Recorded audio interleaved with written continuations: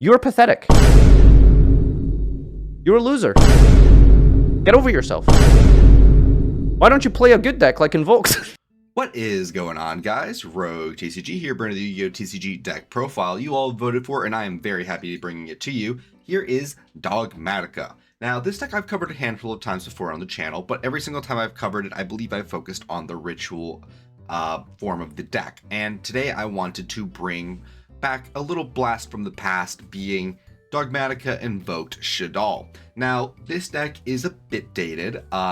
This deck kind of like started formulating around late 2020, early 2021, and it was quite good when it was popularized. None of the cards ended up getting hit, and it just ended up fading with time. And I wanted to bring it back because it does have a couple new cards, especially since the Dogmatika cards and I guess the Albaz cards have gotten new cards as well. So I wanted to bring you this deck today. So that's enough yapping. Let's get into the deck profile. Starting off with our Dogmatikas. We're on triple copies and a Dear Servant, allowing us to dump a monster from the extract to add a Dogmatika monster or an Albaz from our deck or graveyard to our hand.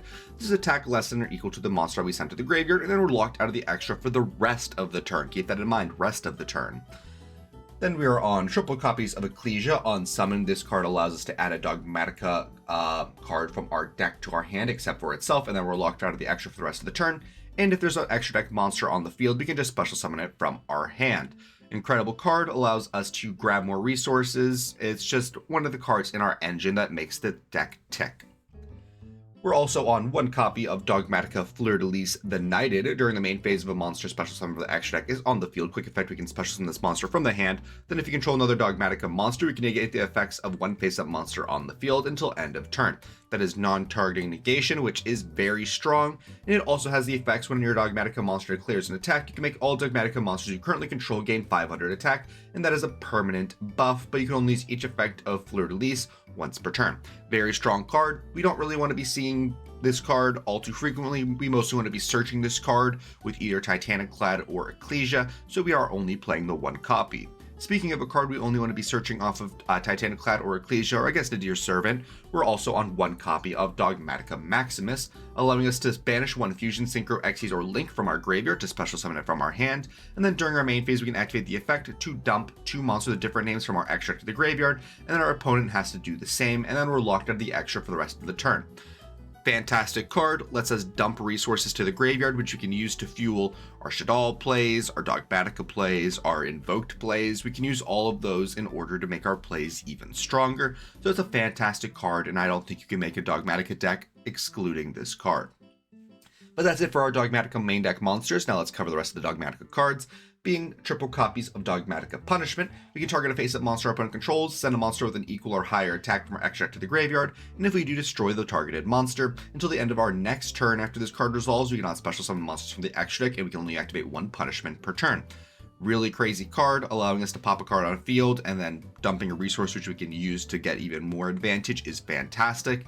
The only downside is the double turn extra deck luck, which isn't a huge deal because typically if you used punishment, you know that you're going to be using it for something good enough where you're able to kind of clean up the game or get in a commanding position next turn. But that's it for our Dogmatika cards in name in the main deck. We're also on one honorary Dogmatika, being Shaddoll Schism, allowing us to fusion summon a Shaddoll fusion monster from our extra deck by banishing fusion materials mentioned on it from the field or graveyard, but it can't attack directly, and then we can send to the graveyard one monster our opponent controls with the same attribute as the card we fusion summoned. That's the thing that happens on resolution. It's something that doesn't target. It's a very powerful secondary effect on this card, and since we're going to be fusion summoning a Dark Shaddoll monster, it functionally says once we do summon our Dark Shaddoll monster, we can non-targeting send a dark monster on the field to the graveyard, which is fantastic.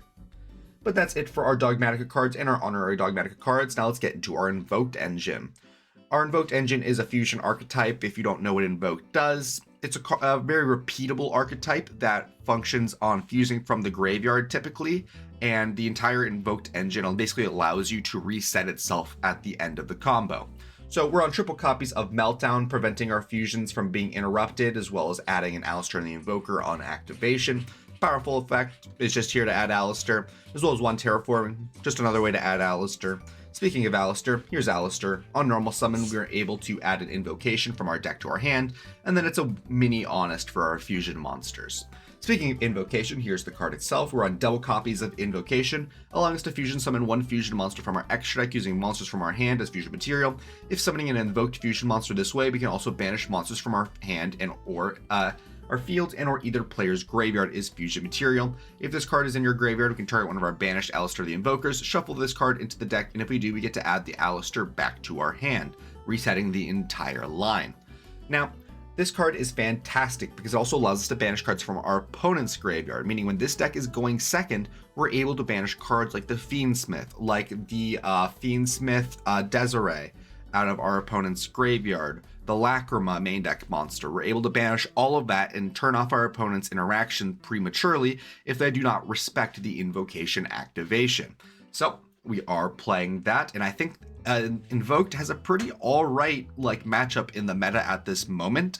The one downside is Makaba banishes when it negates a card, so it's not very great against Malice, but you gotta take the wins where you can. Now on to our non-engine. We're on one copy of Pot of Prosperity since we don't really care too much about our extra deck, triple copies of Triple Tactics Thrust, and one copy of Triple Tactics Talents. I think Thrust is incredible in this deck because it has targets of Nadir's Servant, Terraforming to get us into the Aleister engine. We can also add the Invocation if we need to. One copy of Thrust is Tactics is also in our Thrust package, so we have a lot of options to pick from, as well as one of our next cards being Ultimate Slayer. Since again, we don't need our extra deck, we can play this card in the main deck to make going second even stronger. We're also on Hand Trap Mitigation tool of Called by the Grave. For our hand traps, this is completely subjective. You can alter the hand traps however you see fit. But I personally am on triple Ash Blossom, triple Effect Veiler, double Bell, one Ogre, and triple Infinite Impermanence. That's it for the main deck. Now let us cover the extra deck. In the extra, we're on only one Link monster, being Artemis the Magistus Moon Maiden. This is just for the invoked cards, since we can just use a 1 level 4 lower spellcaster monster, being Aleister the Invoker, to get a light monster on our side of the field in order to make a Makaba. Speaking of Makaba, let's talk about our invoked cards, being first and most important, being invoked Makaba. This card needs Aleister the Invoker plus a light monster, so very good for taking out our opponent's Fiendsmith cards, but you can see why we need the Artemis. It's just a light monster. And this card reads, once per turn when a spell, trap card, or a monster effect is activated, quick effect, we can send the same type of card, monster, spell, or trap from our hand to the graveyard to negate the activation, and if you do, banish the activated card. Fantastic card. Technically not a hard once per turn, so if we can get multiple Makabas on the board, we can negate multiple times. It's just one of the more powerful cards in the end board, and the idea of this deck is to commit very little out of our hand to just put up some basic interactions, hold a handful of hand traps, and just kind of grind out our opponent. But we're on double Makaba for that purpose, just so we can make one, and if they out it, we can just make another one. We're also on one copy of Invoked Purgatrio. This is to counter fire decks. We're playing Ash Blossom, and this card needs Aleister the Invoker and a fire monster. It gains 200 attack for each card our opponent controls. It can attack all monster opponent controls once each, and it does piercing battle damage. Really good tool for doing a lot of numbers, and it's pretty damn good against Malice if they don't actually pay attention to what their cards do, and they don't properly link up their monsters. We can still do damage through their link monsters. We're also on one copy of Invoked Kaliga. This card is quite strong in the meta right now. This card needs Aleister the Invoker plus a dark monster. Not necessarily the hardest to get a dark monster to have to banish, although it is a little unfortunate that we do have to, if we're against Malice. Typically we're going to have to banish a Malice monster like a Bestial, so not really the best exchange. But this card is a very simple effect.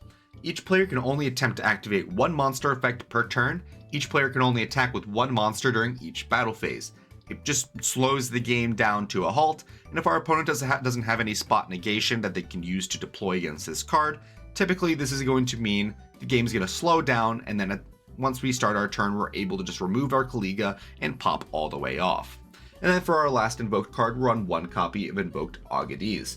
This card needs Aleister and a fusion monster, so this is a way we can get our Kaliga off the field. This card reads, if it's special summoned or a monster is special summoned to your opponent's field, we can target a monster our opponent controls and pop it. We can only use each of the following effects of Agades once per turn. Once per turn, we can banish one fusion monster from our graveyard. This card gains attack equal to the banished monster's attack until the end of our opponent's turn. Really great way to get really big numbers, just a very powerful card, and it's a good option to have. But that's it for our invoked, so now let's talk about our Dogmatika and Dogmatika adjacent extra cards. We're on double Titanic Clad. While this card's in the graveyard, at the end of the turn, we can either add or special summon a Dogmatika from our deck, One copy of Yugioh, the Dusk Dragon. If this card's in our graveyard and our opponent special summons a monster with a monster effect, we can banish it to either special summon a Despia from our extra deck or special Dogmatika from our main deck. Fantastic card. For the Despia in our extra deck, we are on one Despia and Lulu Lilith. This card, if a card leaves the extra deck, we can negate a card on field and make our entire team gain 500. And if this card's in the graveyard at the end of the turn, we can special summon one Light Spellcaster from our hand or deck whose attack equals its own defense. There is one target in the deck, and it is Dogmatika, Ecclesia the Virtuous, which will get us a search immediately on summon. Typically, if we do that line, we're going to be adding Dogmatika Fleur-de-Lis, so we can interact with this on our opponent's turn.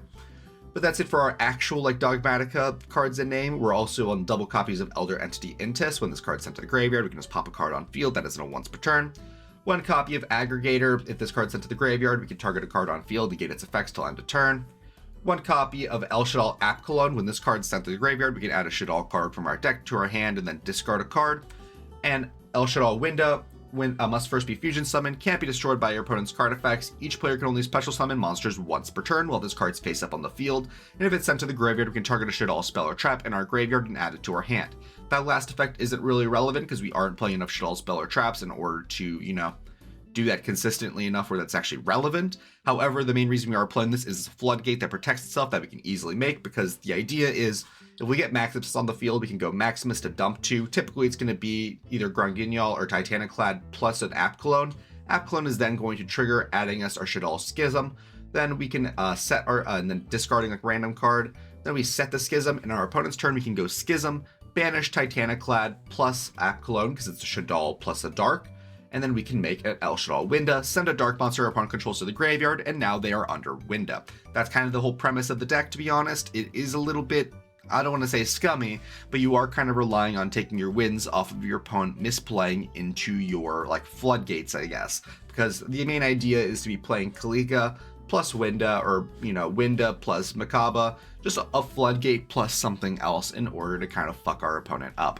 But that's going to be about the end of the video. Thank you all so much for watching, if you still are. Thank you to my one member. Thank you, Ari. If you want to become a member, please stay tuned to the end of the video to find out more details. But that's going to be about it from me. Again, thank you all so much for watching, if you still are, and I'll be seeing you all later.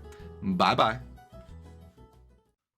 Thank you guys so much for watching the video. If you wanted to talk to more Yu-Gi-Oh players like yourself, I would highly recommend checking out our Discord server. Link is going to be in the description, as well as the QR code on screen. We do talk somewhat frequently about Yu-Gi-Oh and the current meta, so I would really enjoy to see you there. As well as we do recently now have channel memberships available on our YouTube channel, where we have 3 different tiers. We have Super Supporter at $2 a month, where you get loyalty badges, emojis, guaranteed comment responses, a shout out at the end of every video, as well as access to the members only Discord channel, where you get early sneak peeks at future videos. There is the Giga Supporter at $5 a month, where you have early access to all new videos about a day or two before they go up, as well as all the previous offers.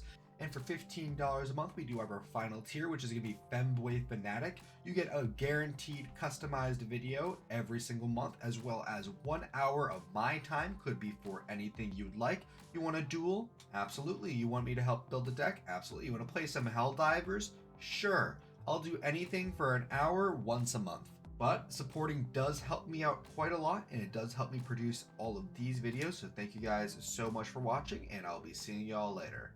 Bye-bye.